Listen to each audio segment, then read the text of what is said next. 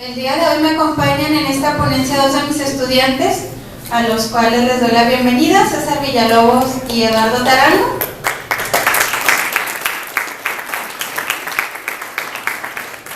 Entre los tres vamos a tratar de platicarles un poquito de la experiencia que hemos tenido trabajando con misiones coloniales.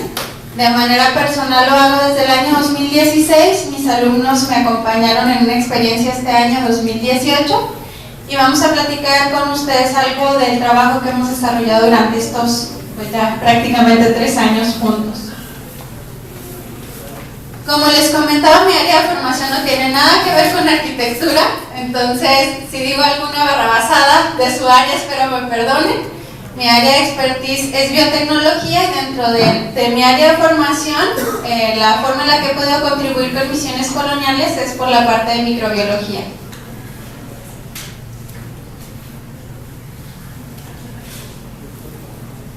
En el año 2016 acuden con nosotros misiones coloniales para platicarnos de un problema grave que encontraron en la hacienda de Bustillos, que se localiza en la ciudad de Anáhuac. Ellos encontraron un problema muy grave de deterioro en el templo atribuido a microorganismos y en aquel entonces acudí con un grupo de casi 11-12 alumnos y con una colega mía, la doctora Leila Muñoz, que es experta en restauración de patrimonio histórico y evaluación de deterioro de templos, para analizar qué era lo que estaba causando el daño en ese monumento.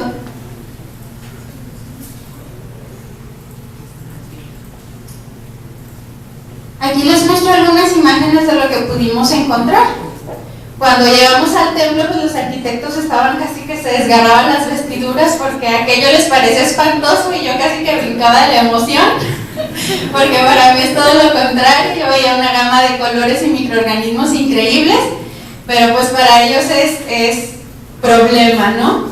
Microorganismos que estaban prácticamente pulverizando la cantera del templo.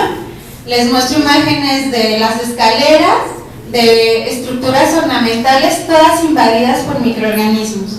Lo primero que hicimos nuestros estudiantes, la doctora Laila y yo, pues fue evaluar qué clase de microorganismos eran y encontramos que eran líquenes.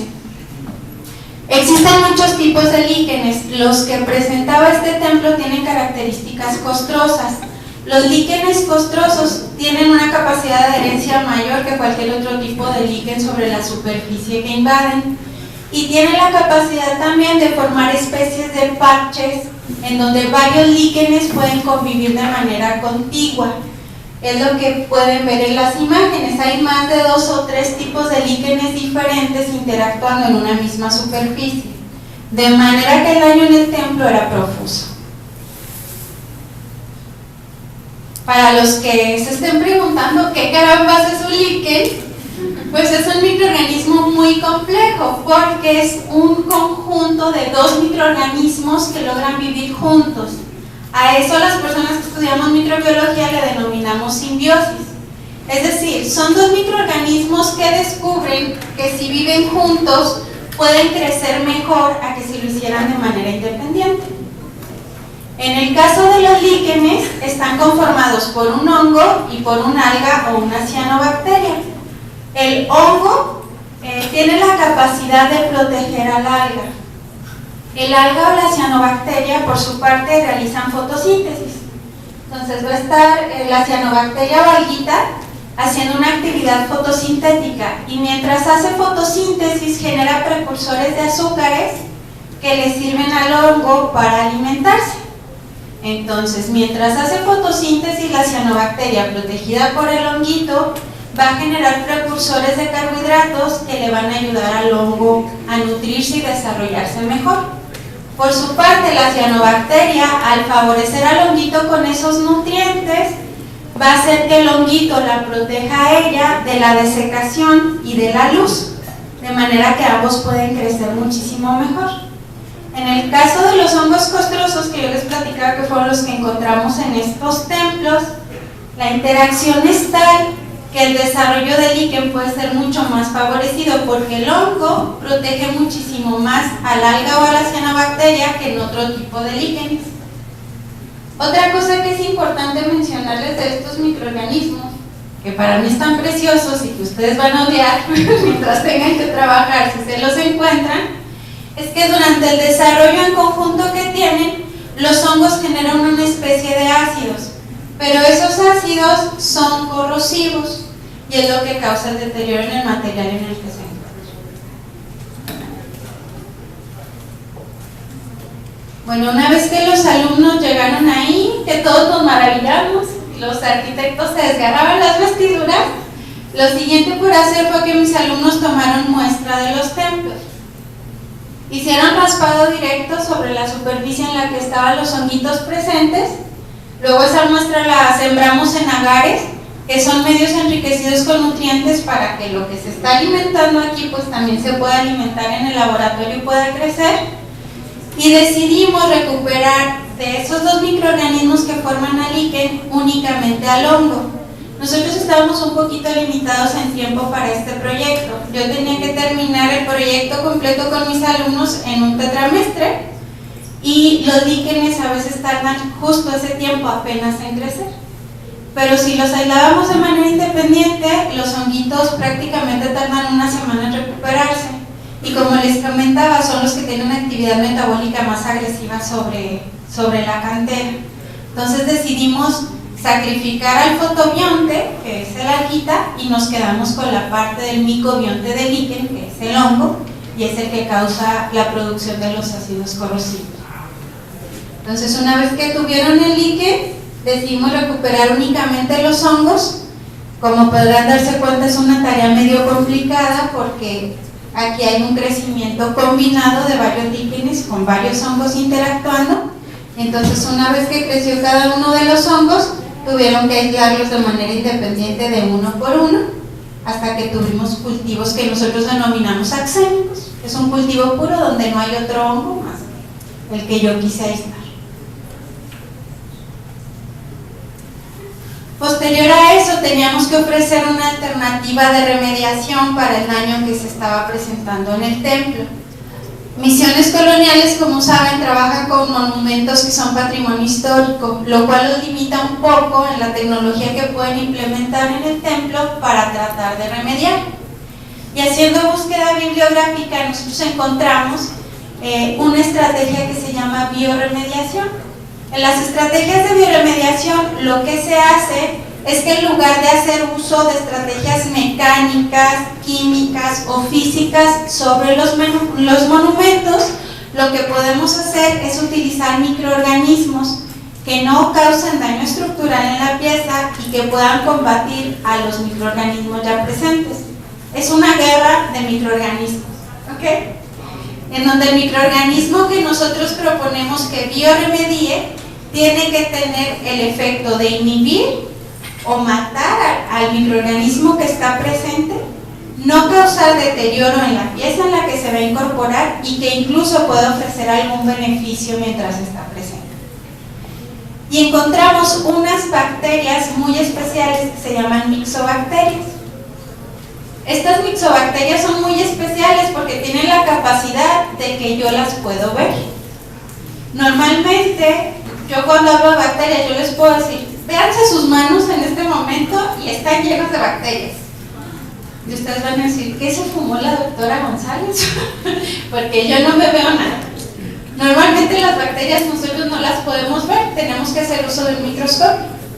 Bueno, las mixobacterias son unas bacterias tan especiales que tienen la capacidad de formar una estructura visible al ojo humano que se llaman cuerpos fructíferos.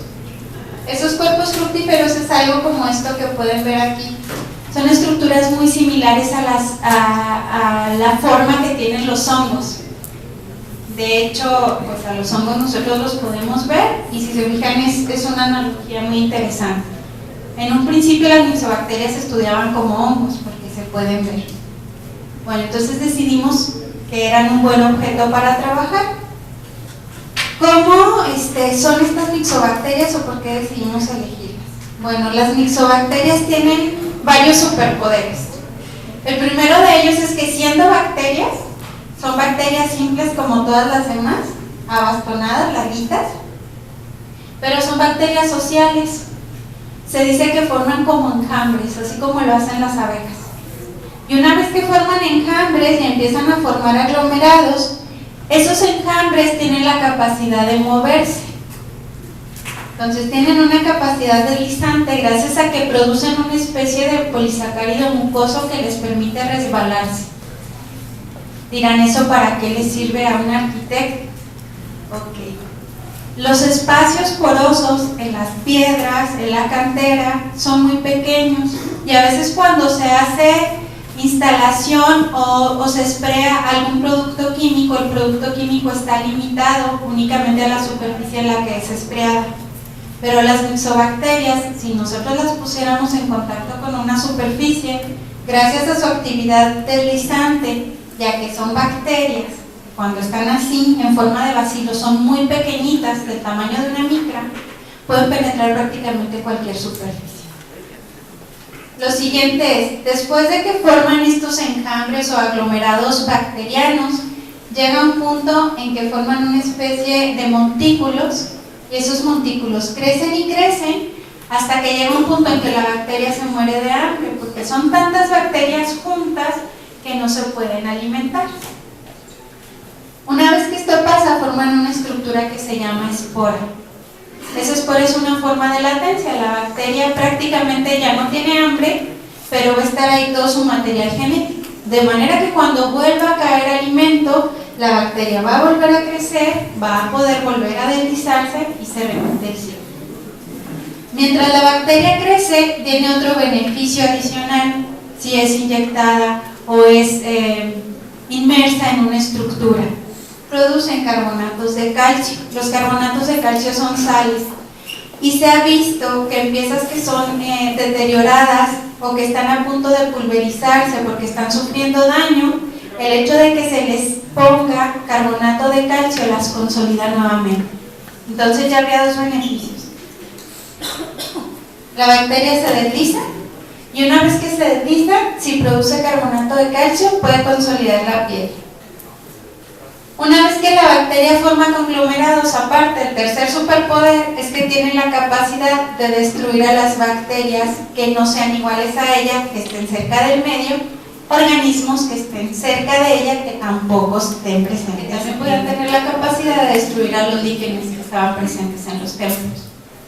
Esto lo hacen gracias a que mientras están predando, producen unas enzimas líticas que lo que hacen es que rompen a todos los demás microorganismos.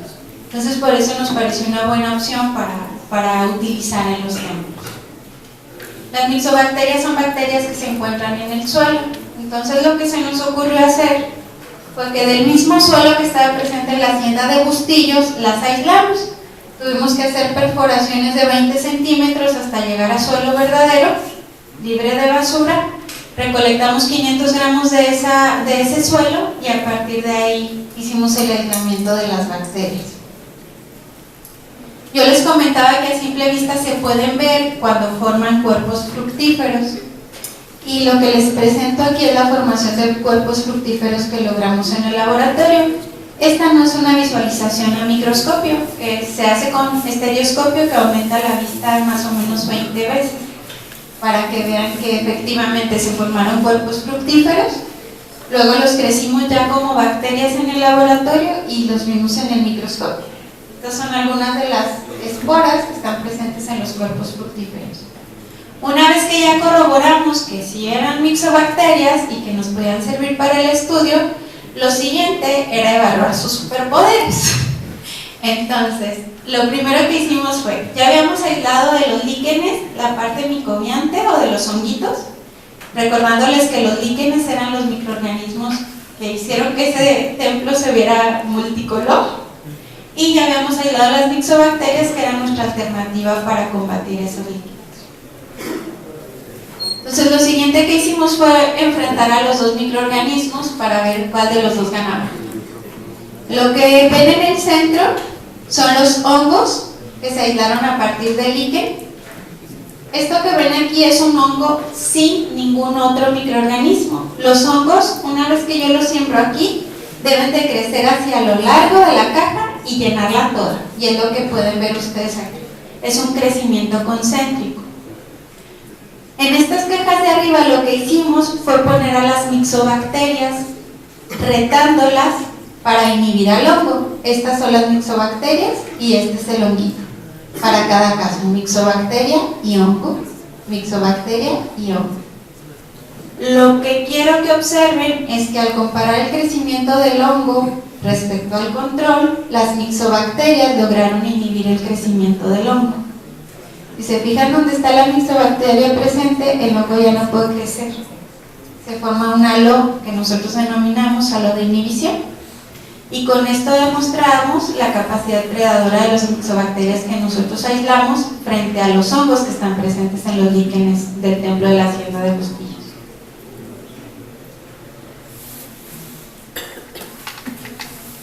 Después de eso, en 2017 nos dimos a la tarea de investigar si sí era verdad que estas mixobacterias tenían la capacidad de producir carbonatos de calcio que permitieran consolidar la cantera. Aquí hago la aclaración, en mi área antes de ir a un templo pues tenemos que evaluar todo en el laboratorio, teniendo como antecedente que estamos hablando de monumentos históricos. Entonces todo lo que les presento hasta ahorita son cosas que hemos evaluado en laboratorio para ver si se pueden escalar después. Pablo y Fernando de Misiones Coloniales nos hicieron favor de conseguirnos corazones de cantera, de piedra, para este siguiente experimento. Lo que hicimos aquí fue hacer pequeñas tiras o trozos de la cantera, muy similar a la que se utilizó para las construcciones del templo de la hacienda de Bustillos. Los alumnos se encargaron de lavar y esterilizar estas piedras para que estuvieran libres de cualquier microorganismo. Y luego las pusimos en contacto con las mixobacterias que vimos que tenían la capacidad de inhibir al líquen y de la que queríamos evaluar ahora que tuviera el potencial de producción de carbonato de calcio. Se sometieron a 3 tratamientos diferentes a diferentes tiempos, 10 días, 15 días y 20 días para evaluar qué tanto carbonato de calcio podían producir esas bacterias dentro de la piedra en ese periodo. Y también se evaluó si estando el cultivo quietecito o en agitación se mejoraba el proceso.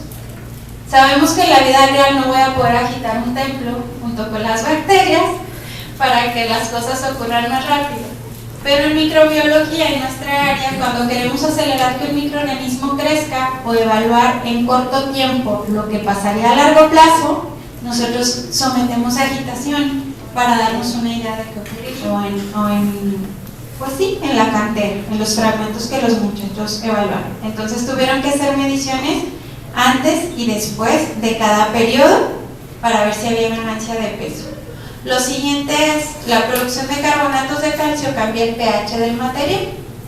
Entonces se hicieron mediciones de pH al final para ver si había producción de carbonato de calcio, esperando un incremento del pH. Y por último, pues se tiene que hacer un análisis visual del material para ver si hay formación de cristales de carbonato de calcio. Lo que les muestro aquí es básicamente los resultados que obtuvieron en base a diferencia de peso y diferencia de pH. Los muchachos observaron que sí hubo un incremento de la ganancia de peso del material cuando no hubo agitación, y que hubo una pérdida de peso del material cuando hubo agitación. La explicación aquí es que la forma en la que cortaron los muchachos la pieza, nosotros tenemos un equipo que se llama shaker, mientras estuvieron haciendo shaker en un tubo donde se ponían las bacterias con el material empezó a tener fricción con el tubo, de manera que se pulverizó. Entonces por eso ahí hubo una pérdida aparente de peso, que al final se recuperó y vimos que sí hay ganancia de material, pero bueno, eso justifica el por qué en un principio hubo una pérdida. Pero cuando no hubo agitación en los tratamientos, siempre observaron ganancia de peso. Los siguientes en cuanto a pH, tanto en agitación como en no agitación, en ambos casos los muchachos vieron ganancia de pH. Y hicimos análisis de varianzas de los datos para ver cuál de las variables tenía mayor efecto, viendo que la agitación, entre más días se agitara, mejor efecto había, o entre más días entre más días se agitara, había mayor incremento de peso y mayor incremento de pH, lo cual era lógico. Después de que vimos que sí había cambio de pH y que sí había aumento de peso, lo cual nos decía que sí había producción de carbonatos de calcio, lo siguiente por hacer fue hacer una visualización preliminar. Esta la hicieron nuevamente en estereoscopio para ver si la piedra estaba teniendo adhesión de ciertos cristales de carbonato de calcio. Y el carbonato de calcio forma dos tipos de cristales, la baterita y la calcita. Y pudieron ver la formación de dos tipos presuntos de cristales, porque este tipo de estudios también son de ojo a buen cubero, ¿verdad? Nada más era para ver si sí veíamos el cristal, y de ser así, nos íbamos a una tecnología más cara. Como sí lo vieron, entonces entramos en colaboración con el Centro de Investigación en Materiales Avanzados, el CIMAC, que nos hizo favor la doctora Norma Flores de generar unas micrografías electrónicas de un microscopio electrónico de barrido. El microscopio electrónico de barrido nos permite ver a detalle la superficie de las piezas para establecer qué es lo que pasó en ellas. Y yo no soy geóloga, la doctora Norma Flores sí, entonces le creemos a ella. En todas las piezas se observó formación de carbonato de calcio. Entonces hasta aquí lo que les platico de 2016-2017 es que encontramos que las mixobacterias son una buena alternativa, al menos in vitro hasta ahora, para la bioremediación del deterioro causado en la hacienda de Bustillos por litio. No sé si de esta parte tengan alguna duda. Bueno, ahora les comento, en el año 2018 tuvimos la oportunidad de detonar un proyecto que en el TEC de Monterrey es muy importante, que se llama Semestre. Durante Semestre lo que se busca es que los alumnos dejan de tener materias bajo un esquema normal y lo que se les da son módulos en lugar de materias. Y esos módulos también tienen contenido temático y contenido práctico, van al laboratorio y cuanta cosa. Pero en este caso, más que ser materias aisladas, 6 materias se conjuntan para que los alumnos puedan resolver un problema de impacto. Y en este caso el problema de impacto fue la contaminación por microorganismos en otros templos aparte de la hacienda de Bustillos. Entonces se hizo uso de 6 asignaturas para que los alumnos, en base a los conocimientos que adquirieran en ella, pudieran desarrollar alguna solución para la contaminación en otros templos, también debido a microorganismos. Ahorita me van a hacer favor Eduardo y César de platicarles su experiencia y qué fue lo que lograron en 2018. Hola, buenas tardes. Pues como les comenta la doctora, nosotros tuvimos el placer de trabajar con Misiones Coloniales y con el Tecnológico de Monterrey para analizar la contaminación que se encontraba en 4 templos, que son San José de Ábalos aquí en Chihuahua, San Juan Bautista también aquí en Chihuahua, San Lorenzo en Buenaventura y la hacienda de Bustillos, como había sido anteriormente comentado. San José de Ábalos y San Lorenzo son principalmente de ladrillo, mientras que San Juan Bautista y la hacienda de Bustillos son predominantemente de cantera. Luego, lo que se realizó fue una visualización de cuáles rasgos de estos templos que presentaban mayor contaminación por microorganismos. En las imágenes de arriba se encuentra el templo de San José, las columnas negruzcas, que en la segunda imagen, haciendo una ampliación, es un líquen negro costroso. Como les comentaba la doctora anteriormente, tiene efectos gracias a sus metabolitos secundarios, y en el laboratorio pues, se pudo aislar este líquen, así como diferentes bacterias. No obstante, la imagen de abajo se muestran en el templo de San Juan Bautista también un numeroso visualización de líquenes, las cuales los predominantes fueron 4 líquenes y un hongo, que también lo que hacían es que sus metabolitos secundarios podían degradar la piedra principalmente. Bueno, como solución teníamos que elaborar una propuesta distinta a la que ya se había expuesto, que pudiera combatir este crecimiento y en el marco que tenemos entendido de que es patrimonio histórico y no se puede alterar su composición agresivamente, como usualmente se trata con cloro o con ácido.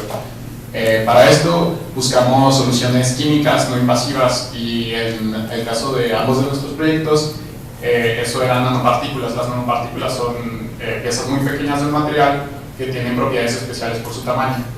En cuanto a los organismos que crecían en San Juan Bautista, se trataban con nanopartículas de óxido de zinc y nanopartículas de dióxido de titanio, que han sido reportadas por sus capacidades para combatir hongos. Por ejemplo, el óxido de zinc se encuentra en muchos antifúngicos de uso médico, y el dióxido de titanio se ha evaluado en contra de levaduras. Luego, para el templo de San José de Ábalos, primero se realizó una investigación en bibliografía respecto a que el formol y las sales cuaternarias hacen una perfecta combinación para la inhibición de estos microorganismos. El equipo decidió utilizar, como comentó mi compañero, las nanopartículas de plata debido a su gran capacidad biocida. Si pueden observar en esta imagen, en el lado izquierdo se encuentra la proliferación de líquenes y en el lado derecho aquella inhibición mediante el formol y las sales cuaternarias reportadas. De ahí se partió nuestra investigación para no tener que comprometer el sustrato del patrimonio histórico. En general, aquí podemos ver los resultados que se han obtenido. Como les comentaba la doctora, se crece el microorganismo en un agar, que son estos que pueden ver aquí, y en todas estas imágenes se puede alcanzar a percibir un hoyo en el centro donde se coloca la solución que habíamos generado para ver la inhibición que tienen los microorganismos. Como se puede observar en las imágenes de arriba, se crea un halo alrededor de donde se colocó, que nos hace entender que efectivamente el producto químico está teniendo un efecto sobre el crecimiento de los microorganismos, no crecen cerca del producto, y entonces este es viable para su aplicación en el templo. En las imágenes de abajo podemos ver en esta ocasión el agar envenenado con las nanopartículas y el hongo sembrado al centro. De no ser que tuviera capacidad inhibitoria, hubiera crecido como se veía en las otras imágenes, hubo un crecimiento circular, pero como podemos ver tuvo dificultad creciendo. Este creció muy poco, en una semana, que es lo que normalmente toma un hongo llenar la caja completa, mientras que en los otros dos no hubo nada de crecimiento. Luego, como parte de nuestro proyecto fue la utilización de nuestros recursos para poder crear un producto químico viable que tuviera la capacidad inhibitoria de los microorganismos presentados en el templo, por lo cual generamos nuestros productos. En las imágenes de arriba generamos un producto inhibitorio a base de nanopartículas de plata y sales cuaternarias, y en el equipo de mi compañero formó también un fungicida a base de nanopartículas de óxido de zinc, debido a su gran capacidad inhibitoria. Esto es muy importante destacar aquí, que todos los resultados para poder hacer un producto químico tuvieron que ser validados mediante un análisis de variación, un análisis de experimentos, para poder tener con certeza la información que nos arrojaban nuestros productos biocidas.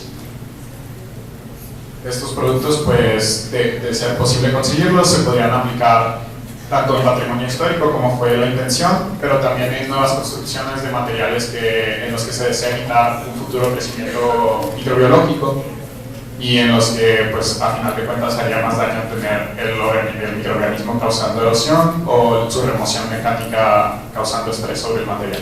Muchas gracias.